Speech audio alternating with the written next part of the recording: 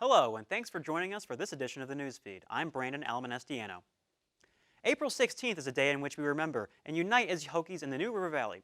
Tomorrow is a day that students and community members at Virginia Tech will honor the 32 lives that were lost in 2007. For more on how current students plan on doing that, Newsfeed reporter Evan Hughes joins us. Evan?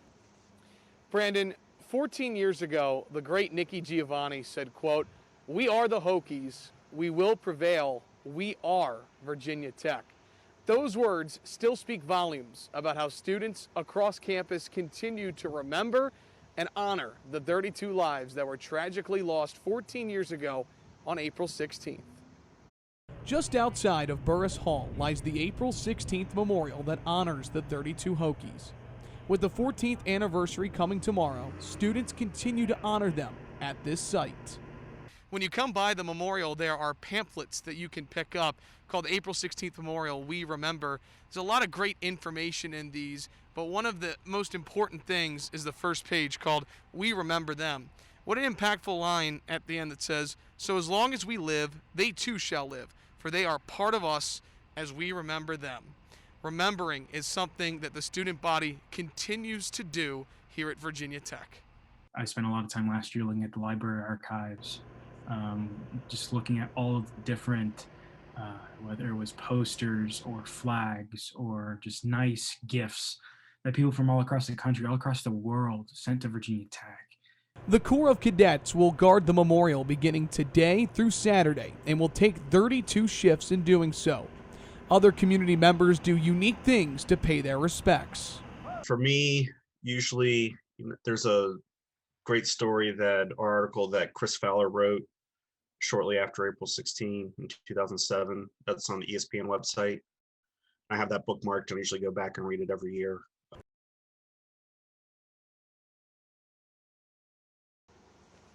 There are a few modified changes for this year's Day of Remembrance. Due to COVID-19, the ceremonial candle at the memorial behind me will burn for a full 24 hours, but there will not be spectators allowed at midnight like usual. The 3.2 run will also be held virtually for a second year in a row. Reporting live outside the April 16th Memorial, I'm Evan Hughes. Back to you in the studio, Brandon. Thanks, Evan. Virginia Tech recently announced their plan to conduct several mini in-person graduation ceremonies for the graduating class of 2021. While many seniors are thrilled to have the opportunity to graduate side by side with their fellow classmates, others have chosen to opt out of walking in this year's graduation ceremony, despite the university receiving much backlash from the class of 2021 when they originally stated that graduation would be online. In late March, Virginia Tech announced their plan to host several mini in-person graduation ceremonies for the class of 2021. While many students are thrilled to have an in-person graduation ceremony, some are sad to say they have made plans prior to Tech's delayed announcement of an in-person graduation. Other students made the choice to skip this year's ceremony after the announcements of an in-person graduations. Spring weather presents more opportunities to get outside and enjoy the fresh air. Getting outside more can be very beneficial for one's mental health. Whether you're laying by the pool or getting some exercise, the sunshine is known to increase serotonin levels. Newsfeed reporter Meredith Topian has more on how Hokies take a mental break outdoors. Spring has officially sprung in Blacksburg, bringing sunshine, warm temperatures, and a light breeze. The nice weather allows students to get outside more and take a mental break. Virginia Tech freshman George Rafey enjoys getting out of his dorm room when he can to fish in a nearby pond and get his mind off of things. So a change in environment helps a lot and really relieves stress, and especially getting out in nature can really help too. If fishing isn't your forte, there are several other ways to get outside. Running or walking are both simple ways to move your feet and enjoy the fresh air. Elise Green, a licensed clinical social worker, explains the benefits getting outside can have to one's mental health. We know that there are lots of positive benefits of sunshine. It can help decrease the stress level, right? And can increase serotonin, which helps promote calmness and focus and just help us to feel better. Social distancing is easy on the drill field, and it can be the perfect spot for Hokies to relax outside and even knock out some homework if they like. Natasha Doshi enjoys getting outside as often as possible, and she understands how important it is for her mental health. When I go outside, I think I'm more attentive. I think that I feel a lot better mentally.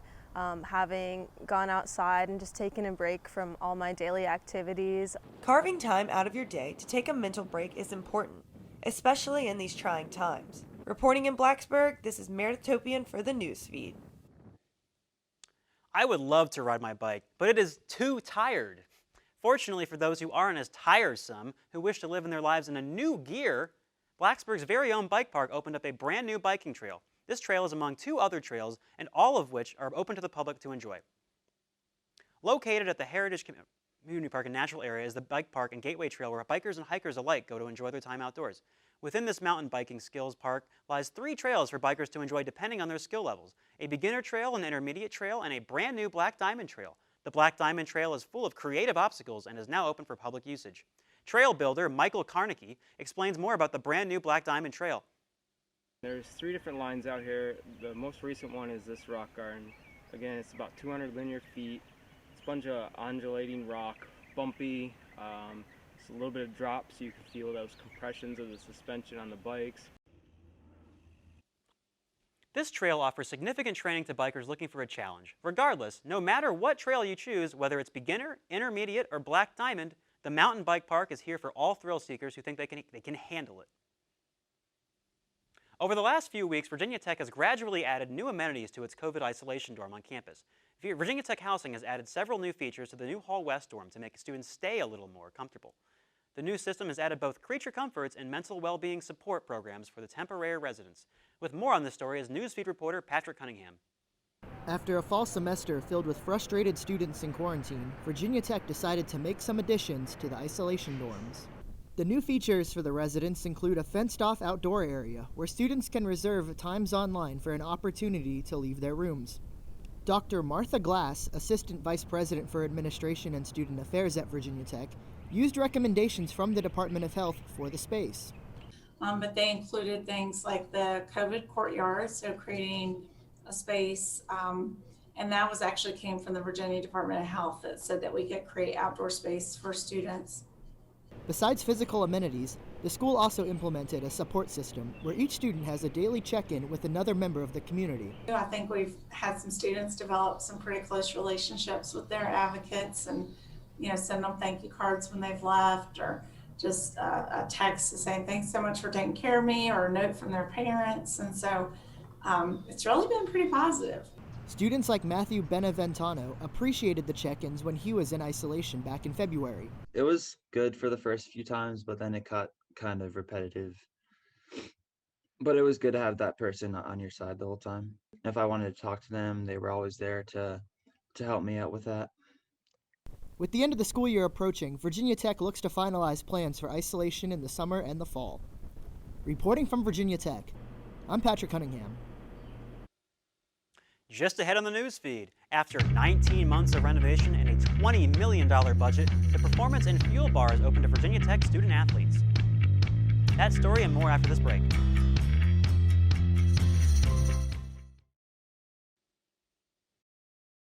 We hang with our girls. Now it's time to take the first step that lets us get back to girls tripping instead of solo sipping. Before we can safely come together, we need the facts.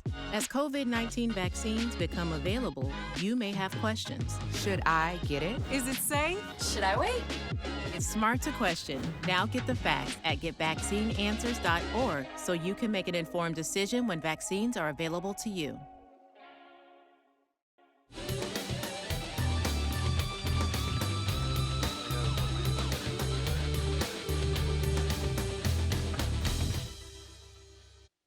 Welcome back to the newsfeed. I'm Brandon Alamanestiano.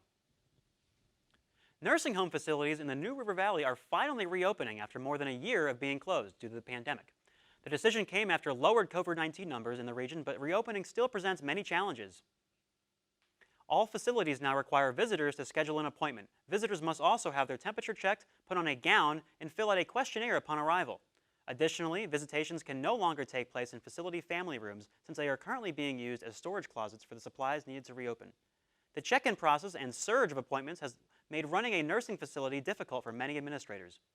We actually sent out an email blast to let our families know when they could come in, and so they would have to call me directly and set up an appointment. So that's been a challenge, trying to fit in the families because it was a big surge. Despite the challenges, Pruitt believes that reopening has been beneficial since there has been a positive mood change in many of the residents. The visitation process is expected to continue throughout 2021, but as COVID numbers decrease, there is hope that 2022 will bring more normalcy for nursing home facilities in the area. The new Student Athlete Performance Center and Fuel Bar is officially up and running at Virginia Tech. The state-of-the-art center can be used for team gatherings, educational sessions, recruiting events, or any other student-athlete development events. Newsfeed reporter Katie Leeper has more on the story. The 19-month project consisted of renovating and expanding both the third and fourth floor of the Jamerson Athletic Center. The Performance Center and Fuel Bar provides student athletes from all 22 of Virginia Tech's varsity sports a convenient space to rest and recuperate with other student athletes between school, training, study hall, and meals. They don't have to worry about preparing the meal. They don't have to think about cleaning it up. They also can save themselves on a little bit of budget or cost.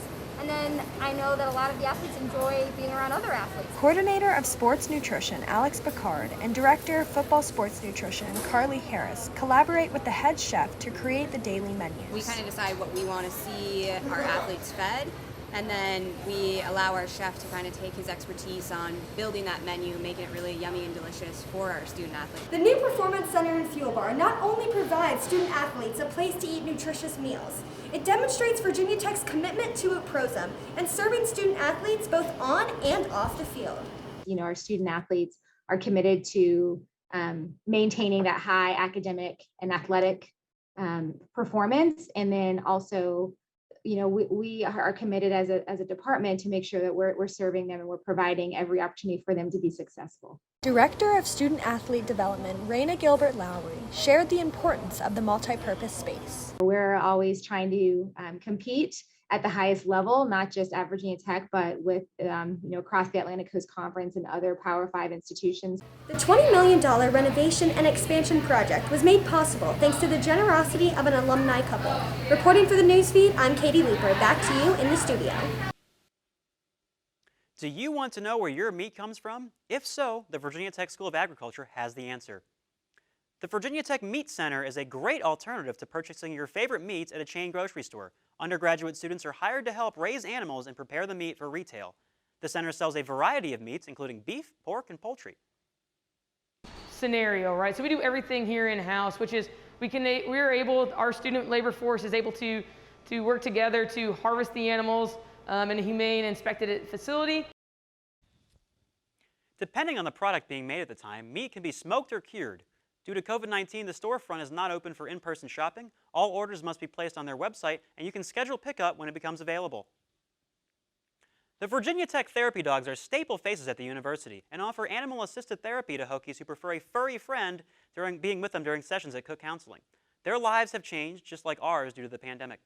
Our talented pups have found other ways to provide comfort for Hokies. Newsfeed reporter Shanzeh Umarani has more on the story. Cook Counseling has had to shift their methods of providing help to students this year due to the COVID-19 pandemic, but the counselors were not the only ones adjusting their work ethic. Derek, Wagner, and Carson, the Virginia Tech therapy dogs, who would normally be with students during in-person sessions, have had to shift their ways of helping the students through online Zoom sessions. While the counseling sessions have been shifted online until further notice, Trent Davis, the coordinator for Virginia Tech's therapy dogs and Derek's caretaker, explained how the dogs and center as a whole have been working to make sure that they can support the students as much as possible.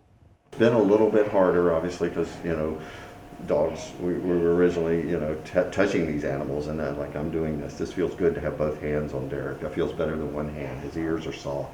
We do that virtually. We had started to adapt by doing more things on social media. One thing that's been very important is we do something with Derek every Tuesday where he's live on Instagram. And then we do something with Wagner Wednesdays where he's live on Instagram. After shipping residencies from Schiffer to the Oakland community and now surrounded by Greek life, the fraternities and sororities have welcomed Cook Counseling with open arms. Our four-legged friends now have plenty of space to run around and enjoy spending time with the caretakers and students that find where the dogs are during the week to come and say hi. Reporting for the Newsfeed, I'm Shanzeh Umarani.